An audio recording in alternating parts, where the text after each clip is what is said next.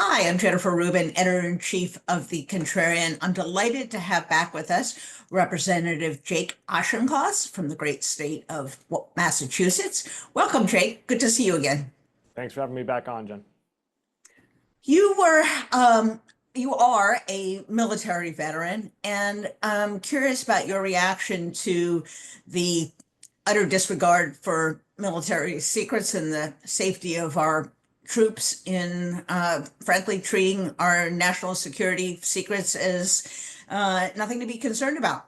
We had every top national security official on an insecure line and talking about the details of a operation that was about to take place. What's your take on all of that? The hypocrisy and the incompetence are a gut punch to the American military. I was a captain in the Marine Corps. If I had shared highly classified attack plans, my career would be over, done. And Secretary Hegseth right now is lying. He's lying to the American public, he's lying to Congress, he's lying to the military itself in order to avoid the same accountability that would befall a captain or a corporal. And that double standard is toxic to good order and discipline within the ranks. It's also just incompetence incarnate. And it makes our American national security team look like a bunch of towel snapping bros. That explains why Russia, frankly, is out negotiating America when it comes to Ukraine. Russia right now is protecting its Black Sea fleet. Russia is protecting its assets in Europe, and Russia is getting sanctions relief, and it's giving up nothing to get that. And the reason why is we're sending this Keystone Cops team while Russia is sending a crew of hardened technocratic apparatchiks, and the results are telling. Absolutely.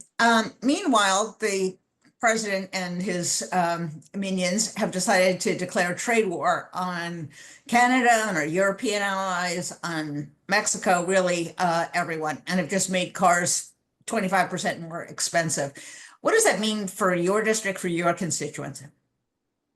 Higher costs, particularly in home and car insurance.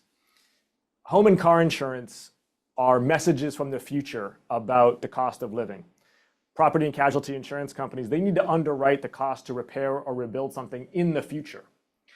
And so not just the tariffs, but actually the uncertainty about the tariffs are causing these P&C insurance companies to have to underwrite higher premiums because it's going to cost more to repair a car. It's going to cost more to repair or rebuild a house because the majority of the lumber that we use for homes, for example, comes from Canada. Semiconductors, steel, aluminum, all of this compose cars. And so Americans are getting messages from the future in the forms of home and car insurance premiums that are telling them that Donald Trump's trade wars are expensive for the middle class. More directly to the point, though, Jen, it's not even just about the economy. It's also about our orientation on the world. I don't think any Americans woke up in January of 2025 and said, you know what our problem is in the world right now? It's Canada. Like, I think people are just genuinely confused as to why he's picking a fight with Canada and appeasing Russia. Like, is he confusing these two big, cold northern countries? Because one of them's a friend and one of them's an enemy. And I think Americans expect their president to know the difference. The president and I guess his overlord, who is Elon Musk, are continuing to cut, along with the various cabinet officials, huge numbers of employees, huge numbers of dollars that would flow through. The latest in Department of HHS. What does that mean in terms of public health? And what does that mean in terms of research institutions, hospitals, scientists, which your state has many, many? My focus is less on the bureaucracy in Washington for the sake of the bureaucracy and more on the effects of people and programs on science and public health. So, for example, if they want to reorganize how the FDA does internal information technology and communications relative to broader HHS, fine. I think that's within the remit of an administration. My problem is when DOJ comes in and cancels the lease for the Office of Pharmaceutical Quality in St. Louis, which is the laboratory run by scientists that detect toxins in our pharmaceutical supply chain. That makes my constituents less safe. My problem is when the NIH freezes grant review processes, that means that young scientists throughout Massachusetts don't know whether that first R1 or other grants that they have under review are going to get approved, because those young scientists get discouraged and we lose out on the next generation of research and innovation. So I am always trying to connect the dots between activities inside the Beltway and impacts on science and health. And right now, RFK is starting from a position of conspiracy and quackery, and he's moving away from science and health. Meanwhile, the administration seems to have declared wars on our institutions of higher learning and on foreign students who are here legally. We saw that horrifying picture at Tufts University. How concerned are you that we're going to lose the ability to attract foreign talent and that we are once again undermining not only a source of freedom, but a source of economic prosperity for the United States, which is, in fact, part of the success story of higher education? It's present tense, not future tense. We are losing talent. We're losing talent through discouragement of young scientists and their ability to get funding. We're losing talent through our posture towards immigrants. Massachusetts has been welcoming students and immigrants for 400 years, and that footage of this young Turkish woman being accosted by masked law enforcement officers is contrary to that tradition. She, as far as I know from public reporting, has no track record of intimidation, of violence, of harassment, of incitement to any of those. She wrote an op-ed about Israel calling for boycott and divestment. I strongly disagree with that point of view. I'm strongly pro-Israel. I have written that point of view many times, and that's how this country works. She and I disagree with one another. Revoking her student visa because of her political viewpoint with no basis in any activities that could be contrary to the United States foreign policy or impose upon national security, that's not who we are as a country. And so I think we do have to defend due process and freedom of expression for all Americans, including Americans who are here on student visas and green cards. We also recognize that universities need to do a better job. Universities, particularly since October 7th, have lost the public's trust because they are clearly divorced from their telos of truth-seeking and education. And they have become, I think, many of them, captured by the hard left in a way that is alienating to Americans and is contrary to an environment of civil discourse and contrarian opinions and the pursuit of truth. So universities got to do a better job, but the Trump administration's harassment of this young woman from Tufts is not the approach that is appropriate. And with regard to civil rights, civil liberties, First Amendment, isn't it the university's job to clean up their act, not to have the federal government come in and dictate and really take control of what should be an academic institution that pursues learning? If they mess up, if they don't do their job properly, students won't go there. It does seem disturbing that the federal government is now threatening, conditioning, trying to pick off universities just the way they're trying to intimidate lawyers.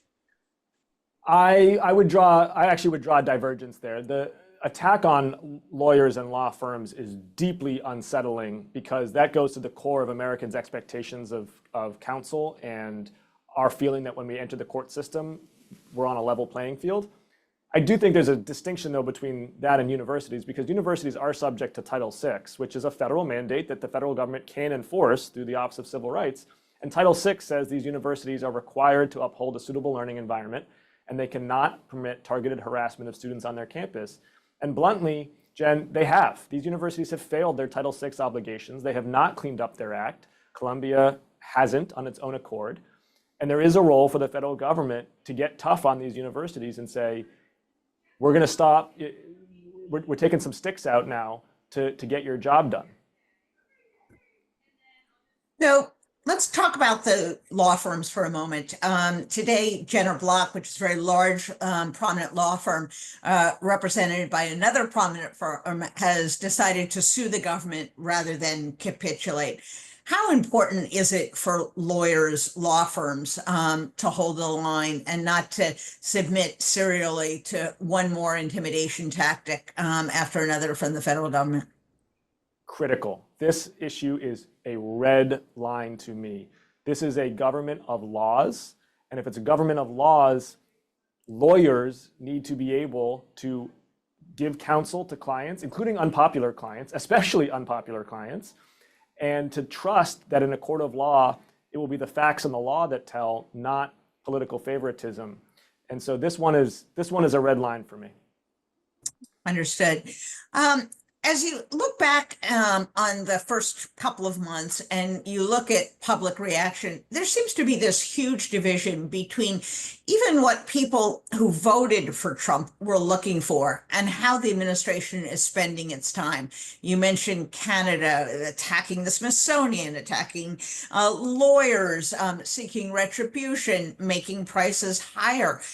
Are voters, even voters who may have favored President Trump, becoming a bit concerned, a bit angry that what they voted for is not what is going on right now? There's a tension here. I think Trump functionally won with two promises. One, that he was going to take back American culture from the others. And the second promise was, and I'm going to lower prices. And those are separate, parallel offers. My sense of the matter is they are focused right now on that cultural mission of this cultural domination. They feel like over the last 30 years, and J.D. Vance is probably the most pointed communicator on this front, that Christian nationalism has really become a minority and even a loathed minority within the United States, and that they have to take back the culture. That has clearly been the focus of this administration to date. They are not lowering prices. They are actually operating to raise prices. And I think the political question of the next year is which of those two competing promises ends up being most resonant for the American voter going into the midterms. And of course, in their pursuit of a Christian nationalism, they don't seem to have embraced the pluralism and the civil liberties that have made America unique and have welcomed all people of all religions and backgrounds. I would recommend that they read some Alexander Hamilton, who was a devout Christian, who was a nationalist, and who was emphatic that this country be one for all people. And of course, George Washington's magnificent address to the Rhode Island Synagogue, a next door neighbor for Massachusetts, but also renowned for religious freedom. Every man should feel safe under his own vine and fig tree. Yes. Perfectly said. Perfectly said. Thank you so much, Congressman, for joining us. We always enjoy chatting with you, and we will see you again soon.